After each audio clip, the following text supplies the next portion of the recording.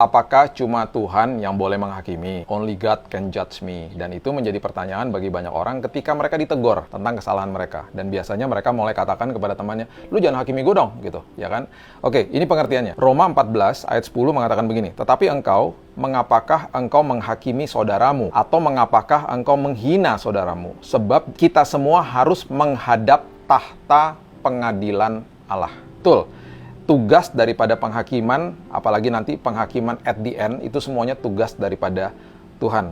Hari ini Tuhan tidak menghakimi, hari ini Tuhan tidak menghukum, tidak menuduh, dan juga Tuhan tidak mengutuk bahkan. Itu kita harus pahami. Tetapi, jika teman kita melakukan kesalahan, atau bahkan kita tahu terang-terangan dia hidup di dalam dosa, dan dia sudah mengerti tentang kebenaran, apalagi gitu ya, kita patut menegur mereka. Menegur mereka itu berarti, saya bisa katakan begini, jangan menghakimi orangnya, tetapi harus dihakimi adalah, dalam tanda kutip ya, dihakimi adalah dosanya. Harus ditegur, harus dinasehati. Dan orang-orang seperti begini harus betul-betul mengerti bahwa ketika mereka ditegur, mereka sedang diperingatkan, gitu ya. Yang menegur juga harus tahu caranya. Nggak boleh negor depan orang. Harus negor dengan kasih, minta hikmat juga sama Tuhan. Setiap orang case-nya pasti berbeda-beda. Perhatikan di Matius pasal yang ke-7, ayatnya yang ke-5 mengatakan, hai orang munafik, keluarkanlah dahulu balok dari matamu, maka engkau akan melihat dengan jelas untuk mengeluarkan selumbar itu dari mata saudaramu. Kadang-kadang cuma gara-gara kesalahan kecil, kita udah mulai menghakimi orangnya.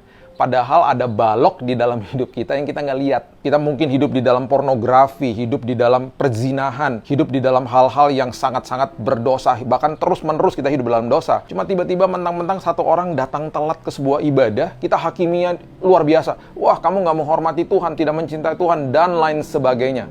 Hati-hati, itu maksudnya daripada ayat ini. Jadi, pertamanya pasti korek diri sendiri dulu. Ingat, ada satu ayat di firman Tuhan, saya mau bagikan kepada kita. Bagi saya, kemarahan Tuhan Yesus yang terbesar itu bukan ketika dia menjungkir balikan meja di bait Allah. Itu bagi saya ya, menurut pandangan saya. Kenapa? Karena gini, ada sebuah ayat di Lukas pasal yang ke-11, dimulai dari ayatnya yang ke-43. Dan ini berulang kali diucapkan kata-kata seperti begini, celakalah kamu. Itu Yesus loh yang ngomong. Bahasa Inggrisnya wow.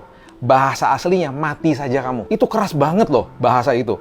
Hai orang-orang Farisi, sebab kamu suka duduk di tempat terdepan di rumah ibadat dan suka menerima penghormatan di pasar. Celakalah kamu, sebab kamu sama seperti kubur yang tidak memakai tanda, orang-orang yang berjalan di atasnya tidak mengetahuinya. Jadi ini semua ritual-ritual agamawi yang mereka lakukan, kemudian dikatakan celakalah kamu lagi, sebab kamu sama seperti kubur yang tidak memakai tanda. Itu artinya mereka di-degrade sama Tuhan. Sepertinya kalau nanti ada orang yang berjalan di atas kubur, mereka nggak akan tahu. Kenapa sih sampai dikatakan, mati saja kamu, wow, unto you, gitu ya. Seorang dari ahli Taurat, ayat 45 menjawab berkata kepada Yesus, Guru, dengan berkata demikian, engkau menghina kami juga. Mereka tersinggung pastinya. Ayat 46, celakalah kamu juga. Diulang lagi kalimat ini. Hai ahli-ahli Taurat, perhatikan kalimat ini. Sebab kamu meletakkan beban-beban yang tak terpikul pada orang. Tetapi kamu sendiri tidak menyentuh beban itu dengan satu jari pun. Maksudnya apa ayat ini? Jadi gini, tidak pernah di Alkitab mengatakan ada beban yang nggak bisa dipikul. Kuk yang kupasang ringan. Apapun yang kau hadapi di dalam hidupmu, di dalam kelemahanmu, kekuatan kuasa Tuhan menjadi nyata. Jadi semua kesulitan hidup manusia itu ada kuasa Tuhan yang menyertai. Kenapa ada beban yang nggak bisa dipikul? Beban yang nggak bisa dipikul itu berkata tentang seseorang ketika menghakimi orang lain.